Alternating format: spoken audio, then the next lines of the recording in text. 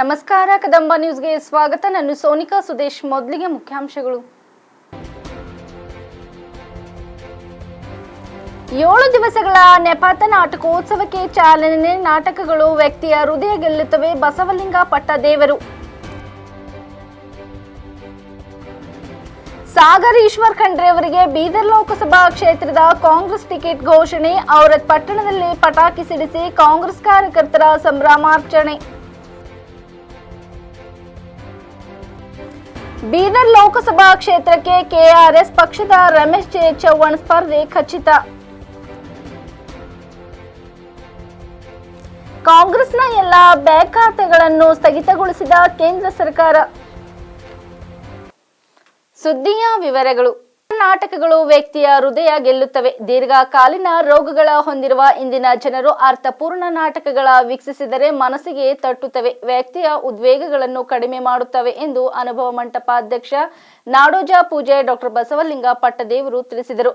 ಜನಪದ ಕಲಾವಿದರ ಬಳಗ, ಜಿಲ್ಲಾ ಮಕ್ಕಳ ಸಾಹಿತ್ಯ ಪರಿಷತ್ತು ಹಾಗೂ ಕನ್ನಡ ಮತ್ತು ಸಂಸ್ಕೃತಿ ಇಲಾಖೆಯ ಸಹಯೋಗದಲ್ಲಿ ನಗರದ ಪೂಜೆ ಚನ್ನಬಸವ ಪಟ್ಟದೇವರ ರಂಗಮಂದಿರದಲ್ಲಿ ನಡೆಯುತ್ತಿರುವ 7 ದಿವಸಗಳ ನೆಪಥ ನಾಟಕೋತ್ಸವ ಉದ್ಘಾಟಿಸಿ ಮಾತನಾಡಿದರು. 1 ತಿಂಗಳ ಪ್ರವಚನಕ್ಕಿಂತ ಕಲಾವಿದರ 3 ಗಂಟೆಯ ನಾಟಕಗಳು ವ್ಯಕ್ತಿಯ ಮನಸ್ಸಿನ ಮೇಲೆ ಉತ್ತಮ ಪರಿಣಾಮ ಬೀರುತ್ತವೆ. ಪುಸ್ತಕೀಯ ಸಾಹಿತ್ಯವನ್ನು ನಾಟಕ ರೂಪದಲ್ಲಿ ತೋರಿಸಿದಾಗ ಮಹಾತ್ಮರ, ಸಾಧಕರ, ಕಲಾವಿದರ ಪರಿಚಯ ಸಮಾಜಕ್ಕೆ ಯಶಸ್ವಿಯಾಗಿ ಮಾಡಿಕೊಟ್ಟಂತಾಗುತ್ತದೆ ಎಂದರು. ಸರ್ಕಾರದ ಮಟ್ಟದಲ್ಲಿ ನಮ್ಮ ಜಿಲ್ಲೆಯ ಕಲಾವಿದರಿಗೆ ಸ್ಥಾನಮಾನಗಳು ಸಿಗುತ್ತಿಲ್ಲ. ಜಿಲ್ಲೆಯ ಜನಪ್ರತಿನಿಧಿಗಳು ಪ್ರತಿಭಾವಂತ ಕಲಾವಿದರ ಬಗ್ಗೆ ಸರ್ಕಾರಕ್ಕೆ ಶಿಫಾರಸು ಮಾಡಿದರೆ ವಿವಿಧ ಅಕಾಡೆಮಿಗಳಿಗೆ ಅಧ್ಯಕ್ಷರಾಗಬಹುದು.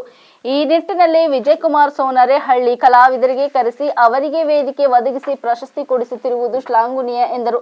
ಉದ್ಯಮಿ ಬಸವರಾಜ್ ಧನ್ನೂರ್ ಮಾತನಾಡಿ, ನಾಟಕಗಳು ಮನಸ್ಸಿನಲ್ಲಿ ಅಡಗಿರುವ ಸುಪ್ತ ಶಕ್ತಿಯನ್ನು ಹೊರಹಾಕುತ್ತೇವೆ.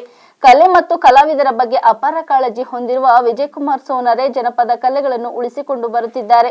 ಒತ್ತಡ ಬದುಕಿನಲ್ಲಿ 7 ದಿವಸಗಳ ನಾಟಕ ವೀಕ್ಷಣೆ ಮಾಡಿದರು ಮನಸ್ಸು ಹಗುರವಾಗುತ್ತದೆ ಎಂದರು. ಜನಪದ ಕಲಾವಿದರ ಬಳಗದ ಅಧ್ಯಕ್ಷ ವಿಜಯಕುಮಾರ್ ಸೋನರೆ ಮಾತನಾಡಿ, ಜನಪದ ಕಲೆಗಳು ನಶಿಸುತ್ತಿವೆ, ಕಲಾವಿದರು ಉಳಿಯುತ್ತಿಲ್ಲ. ಹೀಗಾಗಿ ಬೀದರ್ನಲ್ಲಿ ಪ್ರಥಮ ಬಾರಿಗೆ 7 ದಿವಸಗಳ ನಾಟಕೋತ್ಸವ ಹಮ್ಮಿಕೊಳ್ಳಲಾಗಿದೆ. ಮುಂದಿನ ವರ್ಷ ಕಲಾವಿದರ ನಡೆ ಹಳ್ಳಿಗಳ ಕಡೆ ಎಂಬ ಯೋಜನೆ ಹಾಕಿಕೊಂಡು ನಾಟಕ ಪ್ರದರ್ಶನ ಮಾಡಲಿದ್ದೇವೆ.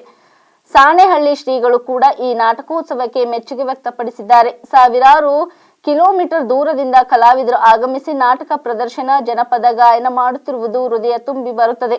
ನಾಟಕೋತ್ಸವಕ್ಕೆ ಸಹಕರಿಸಿ ಎಂದರು. ಅಲ್ಲದೆ ತತ್ವಪದ, ಜನಪದ ಮತ್ತು ನಾಟಕೋತ್ಸವದ ಜೊತೆಗೆ ಜನಪದ ಕಲಾವಿದರ ಬಳಗ ಹಾಗೂ ಅಪ್ಪುಗೆಳೆಯರ ಬಳಗದ ವತಿಯಿಂದ ನಗರದ ನೆಹರು ಮೈದಾನದಲ್ಲಿ ಮಾರ್ಚ್ 22ರಿಂದ 29ರವರೆಗೆ ಯುವಕರಿಗಾಗಿ ಕ್ರಿಕೆಟ್ ಪಂದ್ಯಾವಳಿ ಹಮ್ಮಿಕೊಳ್ಳಲಾಗಿದೆ. ನಾಟಕೋತ್ಸವದಲ್ಲಿ ಇಂದು ಡಾಕ್ಟರ್ ನಟರಾಜ್ ಬೋದಳು ರಚನೆಯ ಸಿ ಬಸವಲಿಂಗಯ್ಯ ನಿರ್ದೇಶನದ ಕಲ್ಯಾಣದ ಬಾಗಿಲು ನಾಟಕ ಪ್ರದರ್ಶನವಾಗಲಿದೆ. ಈ ಕಾರ್ಯಕ್ರಮದ ದಿವ್ಯ ಸಾನ್ನಿಧ್ಯವನ್ನು ಪೂಜೆ ಸಿದ್ದರಾಮ ಬೆಲ್ದಳೆ ಶರಣರು ಕೌಟ ವಹಿಸುವರು. ಉದ್ಘಾಟನೆ ಮಹಾರಾಷ್ಟ್ರದ ಆದರ್ಶ್ ಕನ್ನಡ ಬಳಗದ ಅಧ್ಯಕ್ಷ ಮಲ್ಲಿಕ್ ಜಾನ್ ಶೇಖ್ ಮಾಡುವರು. ಮುಖ್ಯ ಅತಿಥಿಗಳಾಗಿ ಕಸಪ ಅಧ್ಯಕ್ಷ ಸುರಚಂದ್ ಶೆಟ್ಟಿ ಸೇರಿದಂತೆ ಇನ್ನಿತರರು ಉಪಸ್ಥಿತರಿರುವರು. ರಾಯಚೂರು ಜಿಲ್ಲೆಯ ಜಮ್ಮಣ್ಣ ಹಸ್ಮಕಲ್ ಹಾಗೂ ಸಂಗಡಿಗರಿಂದ ತತ್ವಪದ ಗಾಯನ ಜರುಗಲಿದೆ ಎಂದು ಬಳಗದ ಅಧ್ಯಕ್ಷ ವಿಜಯಕುಮಾರ್ ಸೋನರೆ ತಿಳಿಸಿದ್ದಾರೆ.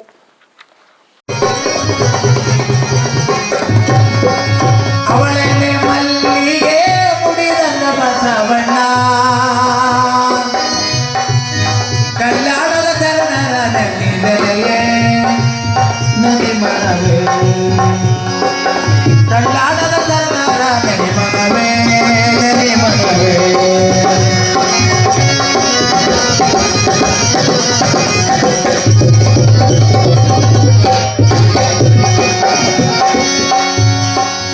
ಎಲ್ಲ ಬಲ್ಲಿದಾನಯ್ಯ ಕಲ್ಯಾಣದ ಬಸವಣ್ಣ. 2.5 ತಾಸಿನ ನಾಟಕ ತೋರಿಸಿದ್ರೆ ಅದಕ್ಕೂ ಹೆಚ್ಚಿನ ಪರಿಣಾಮ ಬೀರ್ತದೆ. ಅಂಥ ಶಕ್ತಿ ನಾಟಕದಲ್ಲಿ. ಮತ್ತು ಆ ನಾಟಕ ಎಷ್ಟು ತನ್ಮಯ ಮಾಡ್ತದಂದ್ರೆ, ನಿಮಗೊಂದು ಘಟನೆ ಹೇಳ್ತೀನಿ. ಮೃತ್ಯುಂಜಯ ಸ್ವಾಮಿಗಳು ಧಾರವಾಡದಾಗ ಭಾಳ ಪ್ರಸಿದ್ಧಿ. ಮೊಟ್ಟ ಮೊದಲು ಈ ಉತ್ತರ ಕರ್ನಾಟಕದಾಗ ಪ್ರಸಾದ ನಿಲಯ ಪ್ರಾರಂಭಿಸಿ ಇವತ್ತು DC ಪಾವಟೆ ಇರ್ಬೋದು, ಚನ್ನವೀರ್ ಕಣಿವೆ ಇರ್ಬೋದು, ಎಲ್ಲ ದೊಡ್ಡ ದೊಡ್ಡ ಸಾಹಿತಿಗಳೆಲ್ಲ ಅಲ್ಲೇ ಕಲ್ತವರು. ಆ ಮೃತ್ಯುಂಜಯ ಅಪ್ಪುಗಳು ಏನಿಗೆ ಬಾಳಪ್ಪ ಅವರು ನಾಟಕ ನೋಡ್ತಾ ಇದ್ರು. ಹಿಂಗೆ ಮುಂದೆ ಕುಂತಿದ್ರು, ನಾಟಕ ನಡೆದಿತ್ತು. ಅವರು ಪರವಶ ಆದ್ರೆ ನಾಟಕದೊಳಗೆ ಬಸವಣ್ಣ ಕಲ್ಯಾಣ ಬಿಟ್ಟು ನಡೆದಿದ್ರು. ಕಲ್ಯಾಣ ಬಿಟ್ಟು ನಡೀತಿರುವಾಗ ಎಲ್ಲರೂ ಬೇಡ ಬಸವಣ್ಣ ಬೇಡ ಬೇಡ ಅಂತ ಅವ್ರ ಹಿಂದೆ ಜನರೆಲ್ಲ ದುಃಖಿಸ್ತಾ ಇದ್ರು. ಅವ್ರ ಸ್ವಾಮಿಗಳು ಎದ್ದಿ ಆ ವೇದಿಕೆ ಮೇಲೆ ಬಂದು ನೀವು ಹೋಗಬೇಡಪ್ಪ ಬಸವಣ್ಣ ಅಂತ ಬುದ್ಧ ಸಾಷ್ಟಾಂಗ ಹಾಕಿದ್ರಂತು. ಅಂದ್ರೆ ನಾಟಕ ಎಷ್ಟು ಪರವಶ ಮಾಡ್ತದ ಅನ್ನಲಿಕ್ಕೆ ಇದು ಉದಾಹರಣೆ ಹೇಳಿದ್ದೀನಿ. ಸ್ವಾಮಿಗಳು ಅಂದ್ರೆ ದೊಡ್ಡ ಖ್ಯಾತ ಸ್ವಾಮಿಗಳು. ಅಂಥವ್ರು ಅಷ್ಟು ಮಗ್ನಾಗಿ ಅವ್ರು ಬಂದರು. ಅವ್ರಿಗೆ ಅವ್ರು ಏನು ಮಾಡಿದ್ರೆ ಅವ್ರಿಗೆ ಗೊತ್ತೇ ಆಗಲಿಲ್ಲ, ಅಷ್ಟೊಂದು ತನ್ಮಯರಾಗಿದ್ರು. ಅಂಥ ಶಕ್ತಿ ನಾಟಕ ಕಲಿಯಲಿದೆ.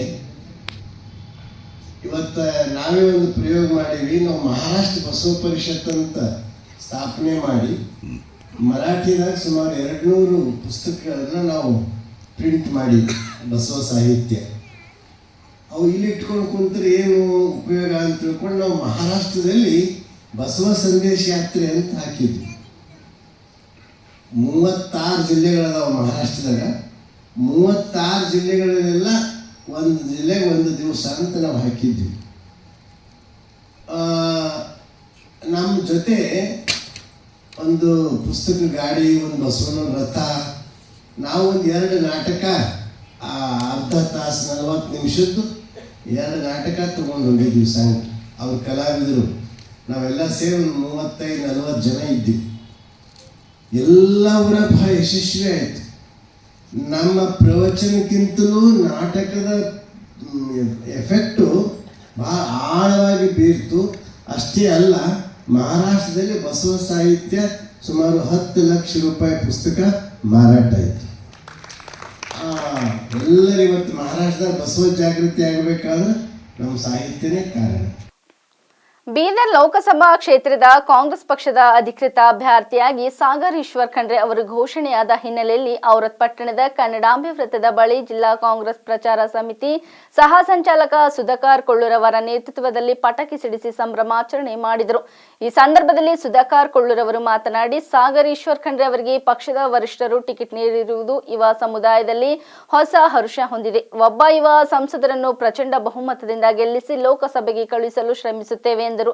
ಡಾಕ್ಟರ್ ಫಯಾಜ್ ಅಲಿ, ವೈಜನಾಥ್ ವಡಿಯರ್, ಎನ್ಎಸ್ಯುಐ ತಾಲೂಕಾ ಅಧ್ಯಕ್ಷ ಚಂದು ಡಿಕೆ, ರಾಜು ಮುದಾಳೆ, ಲಕ್ಷ್ಮಣ ದೇವಕತ್ತೆ, ರಹೀಂ ಸಾಬ್ ಮುಂತಾದವರು ಉಪಸ್ಥಿತರಿದ್ದರು.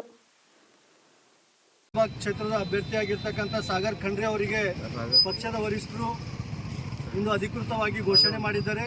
ಅದಕ್ಕಾಗಿ ನಮ್ಮ ಎನ್ಎಸ್ಐನ ತಾಲೂಕಾಧ್ಯಕ್ಷರಾಗಿರ್ತಕ್ಕಂಥ ಚಂದ್ರು ಡಿಕೆ ಹಾಗೂ ಕಾಂಗ್ರೆಸ್ ಪಕ್ಷದ ಎಲ್ಲ ಹಿರಿಯರ ನೇತೃತ್ವದಲ್ಲಿ ಇಂದು ಪಟಾಕಿಯನ್ನು ಸಿಡಿಸಿ ಸಂಭ್ರಮಾಚರಣೆ ಮಾಡಲಾಗಿದೆ. ಒಬ್ಬ ಯುವ ಉತ್ಸಾಹಿ, ಕೇವಲ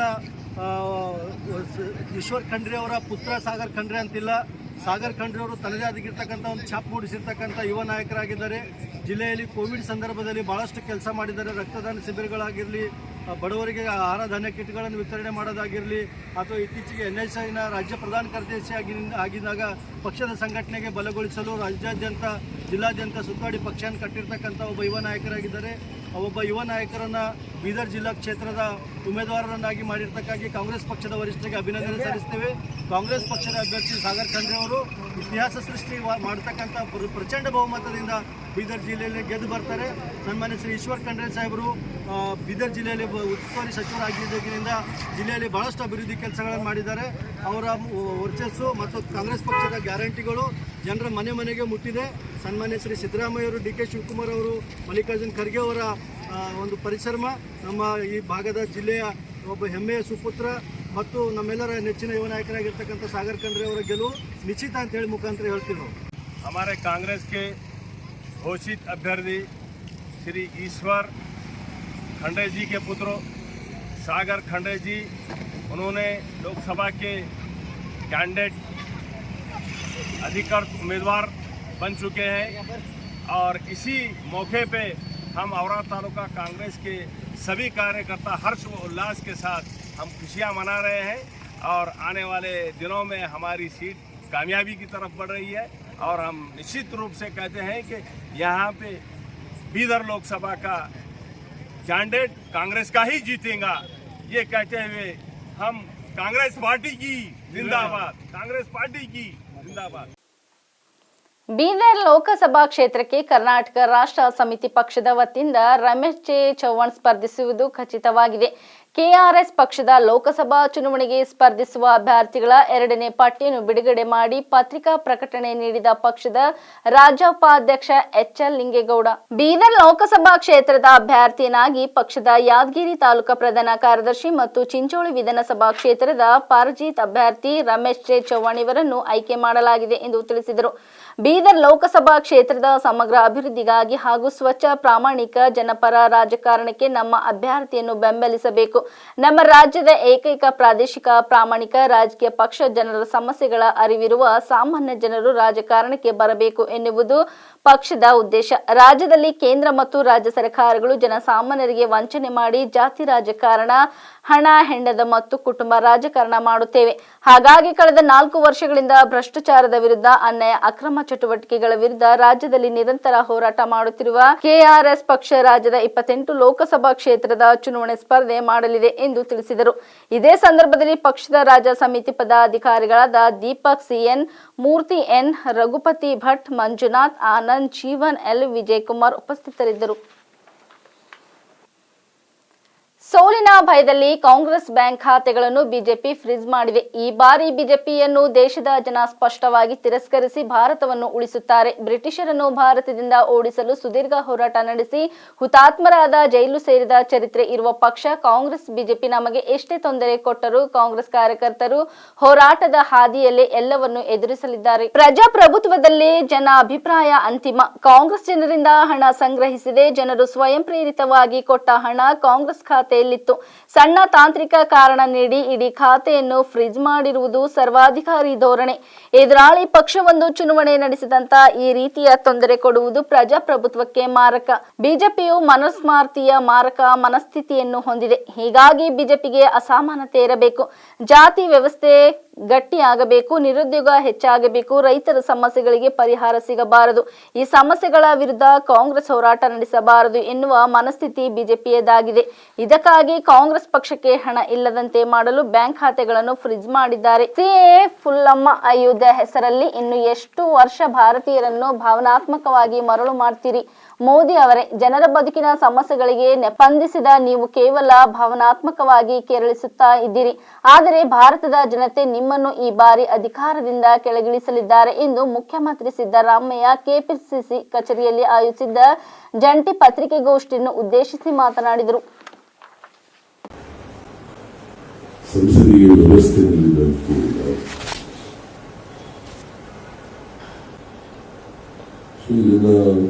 ಮೊದಲಿಂದ ಕೂಡ ಹೇಳ್ತಾ ಇದ್ದೀವಿ. ಅವರ ಕೃತ್ಯಗಳ ಮೂಲಕ, ಅವರ ನಡವಳಿಕೆಗಳ ಮೂಲಕ ಇವು ಅನೇಕ ಸಾರಿ ಅವರ ನಿಲುವನ್ನು ಸ್ಪಷ್ಟಗೊಳಿಸಿದ್ದಾರೆ. ಹೇಗೆ ಅವರು ಪ್ರಜಾಪ್ರಭುತ್ವದ ಕತ್ತಲ್ಲಿ ಸಿಗ್ತಾ ಇದ್ದಾರೆ, ಸಂವಿಧಾನವನ್ನು ಬದಲಾವಣೆ ಮಾಡಬೇಕು ಅಂತಕ್ಕಂಥ ವಿಧಾನದಿಂದ ಅನೇಕ ಸಾರಿ ಪಕ್ಷದ ಅಧ್ಯಕ್ಷಗಳಿಗೂ ಕೂಡ, ಪ್ರಧಾನಮಂತ್ರಿಗಳಿಗೂ ಕೂಡ ಬೇರೆಯವ್ರ ಕೈಗೆ ಗಳಿಸ್ತಾ ಇದ್ದಾರೆ. ಇದನ್ನ ಅಜೆಂಡಾ ಏನು ಅಂತಕ್ಕಂಥದ್ದು ಈ ದೇಶದ ಜನತೆಗೆ ಗೊತ್ತಾಗಿದೆ. ಅವರು ಸರ್ವಾಧಿಕಾರದಲ್ಲಿ ನಂಬಿಕೆಯಲ್ಲಿರ್ತಕ್ಕಂಥ ಅನೇಕ ಪ್ರಸಂಗಗಳಲ್ಲಿ ಸರ್ವಾಧಿಕಾರವನ್ನ ಅವರು ಪ್ರದರ್ಶನ ಮಾಡಿರ್ತಕ್ಕಂಥದ್ದು ಈ ದೇಶದ ಜನರಿಗೆ ಮತ್ತೆ ನಿಮಗೆ ಗೊತ್ತಿದೆ ಅಂತಕ್ಕಂಥದ್ದು. ಹೀಗಾಗಿ ಸಚಿವರು ಹೇಳದಂತೆ ಯಾವುದೇ ಚುನಾವಣೆ ನಮ್ಮ ಸಂವಿಧಾನದ ರೀತಿಯ ಫ್ರೀ ಆಗಿರಬೇಕು ಮತ್ತೆ ಫೇರ್ ಆಗಿರಬೇಕು ಅಂತ ಹೇಳ್ತಾರೆ. ಫ್ರೀ ಆಗಿರಬೇಕು, ಫೇರ್ ಆಗಿರಬೇಕು. ಚುನಾವಣೆ ಎಲ್ಲರೂ ಕೂಡ ಸಮಾನ ಮುಕ್ತವಾದಂತಹ ಅವಕಾಶ ಇರಬೇಕು. ನಾವು ಪ್ರಜಾಪ್ರಭುತ್ವ ವ್ಯವಸ್ಥೆಯಲ್ಲಿ ಅನೇಕ ರಾಜಕೀಯ ಪಕ್ಷಗಳು ಚುನಾವಣೆಗಳನ್ನು ನಿರ್ವಹಿಸ್ತವೆ. ಸಂವಿಧಾನ ಅವಕಾಶ ಕೂಡ ಮಾಡ್ತದೆ. ನಿಮಗೆಲ್ಲ ಗೊತ್ತಿರೋ ರೀತಿಯಲ್ಲಿ ಕಾಂಗ್ರೆಸ್ ಪಕ್ಷ ದೇಶದಲ್ಲಿ ಒಂದು ಹಳೆಯ ರಾಜಕೀಯ ಪಕ್ಷ, ಸ್ವಾತಂತ್ರ್ಯಕ್ಕಾಗಿ ಹೋರಾಟ ಮಾಡುವಂತ ಪಕ್ಷ ದೇಶದವರು. ಇವತ್ತು ಈ ದೇಶಕ್ಕೆ ಸ್ವಾತಂತ್ರ್ಯ ಸಿಕ್ಕಿದ್ರೆ ಕಾಂಗ್ರೆಸ್ ಪಕ್ಷದ ಹೋರಾಟ ಅಂತ ಹೇಳುವುದನ್ನು ಸಾಧ್ಯ ಇಲ್ಲ. ಮಹಾತ್ಮ ಗಾಂಧೀಜಿಯವರು ಅನೇಕ ಜನ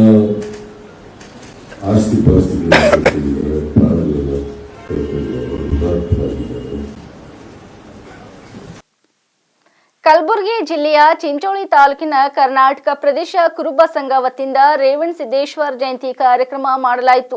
ಈ ಸಂದರ್ಭದಲ್ಲಿ ರೇವಣಸಿದ್ದಪ್ಪ ಆನೇಕಲ್ ಗಡಿಗೇಶ್ವರ್ ಮಾತನಾಡಿ, ಕುರುಬ ಸಮಾಜದ ಮೊದಲ ಗುರು ಶ್ರೀ ರೇವಣಸಿದ್ದೇಶ್ವರ ಮತ್ತು ನಮ್ಮ ಮನೆಗಳಲ್ಲಿ ಹಬ್ಬ ಹರಿದಿನಗಳಲ್ಲಿ ಮೊದಲು ಪೂಜೆ ರೇವಣಸಿದ್ದೇಶ್ವರ ಅವರಿಗೆ ಮಾಡುತ್ತೇವೆ ಎಂದು ಅವರು ಹೇಳಿದರು. ಈ ಸಂದರ್ಭದಲ್ಲಿ ವಕೀಲ ಸಂಘದ ಅಧ್ಯಕ್ಷರಾದ ಶ್ರೀಮಂತ್ ಕಟ್ಟಿಮನಿ, ಚಿಂಚೋಳಿಯ ಹಿರಿಯ ಮುಖಂಡರಾದ ಕೆ ಅಂಬಾರಿ, ಭೀಮಶೆಟ್ಟಿ ಮುರುಡ, ಕುರುಬ ಸಮಾಜದ ತಾಲೂಕಾ ಅಧ್ಯಕ್ಷ ಹನುಮಂತ್ ಪೂಜಾರಿ, ಚಂದನ್ ಕೀರ, ರವೀಂದ್ರ ಪೂಜಾರಿ, ಪ್ರಕಾಶ್ ಕೇರಳ್, ಸೂರ್ಯಕಾಂತ್ ಮಲ್ಲಗಣ್ಣ, ಗೋಪಾಲ್ ಗಾರಂಪಳ್ಳಿ ಅನೇಕ ಅಭಿಮಾನಿಗಳು ಭಾಗವಹಿಸಿದರು.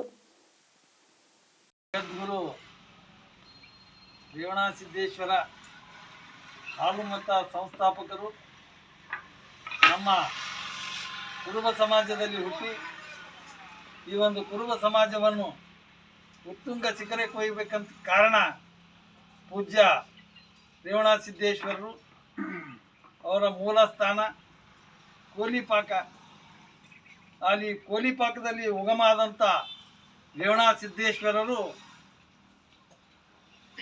ಹಾಲುಮತ ಒಂದು ಸಂಸ್ಕೃತಿ ವೈಭವಕ್ಕೆ ಮೆರುಗು ಕೊಟ್ಟಂಥ ಒಬ್ಬ ದೇವರು. ಹಾಲುಮತದವರು ಕುರುಬ ಸಮಾಜದವರು. ಅವರ ಮೂಲ ಗುರು, ಮನೆತನದ ಗುರು ಅಂದರೆ ರೇವಣಸಿದ್ದೇಶ್ವರ. ಈ ರೇವಣಸಿದ್ದೇಶ್ವರರ ಒಂದು ಪೂಜೆ ಮಾಡುತ್ತಾ ಬರುತ್ತಾ ಈ ಸಂಚಾರಿ ಜನಾಂಗದವರು ಆ ಒಂದು ಪೂಜ್ಯರಿಗೆ ಆ ಪೂಜ್ಯರ ಒಂದು ಸೇವೆ ಮಾಡುವುದಕ್ಕೆ ಆಗದ ಪ್ರಯುಕ್ತ ಮುಂದುವರಿದ ಸಮಾಜದವರು ಇಂಥ ಮಹಾನ್ ವ್ಯಕ್ತಿಯನ್ನು ಇಷ್ಟೊಂದು ರೀತಿಯಿಂದ ಆ ಸಂಚಾರಿ ಜನಾಂಗದವರು ಅವರು ಸೇವೆ ಮಾಡಲಿಕ್ಕೆ ಅಶಕ್ತರದಾರ ಅಂತ ತಿಳ್ಕೊಂಡು ಮೇಲ್ವರ್ಗದವರು ಆ ಒಂದು ರೇವಣಸಿದ್ದೇಶ್ವರರನ್ನು ತಮ್ಮ ಸುಪರ್ದಿಗೆ ತೆಗೆದುಕೊಂಡು ಮುಂದೆ ಬರುತ್ತಾ ಈ ಒಂದು ಕಲಿಯುಗದಲ್ಲಿ ಅವರನ್ನು ರೇಣುಕಾಚಾರ್ಯರಂತಕ್ಕಂಥ ನಾಮಕರಣ ಮಾಡಿ ಈ ಒಂದು ಮೂಲ ಪುರುಷ, ಕುರುಬ ಜನಾಂಗದ ಮೂಲ ಪುರುಷ ರೇವಣಸಿದ್ಧ ಅಂತಕ್ಕಂಥ ಹೆಸರನ್ನು ಮಾಯವಾಗಿ ಈಗ ರೇಣುಕಾಚಾರ್ಯರಂತಕ್ಕಂಥ ಹೆಸರನ್ನು ಈಗ ಪ್ರಚಲಿತದಲ್ಲಿದೆ.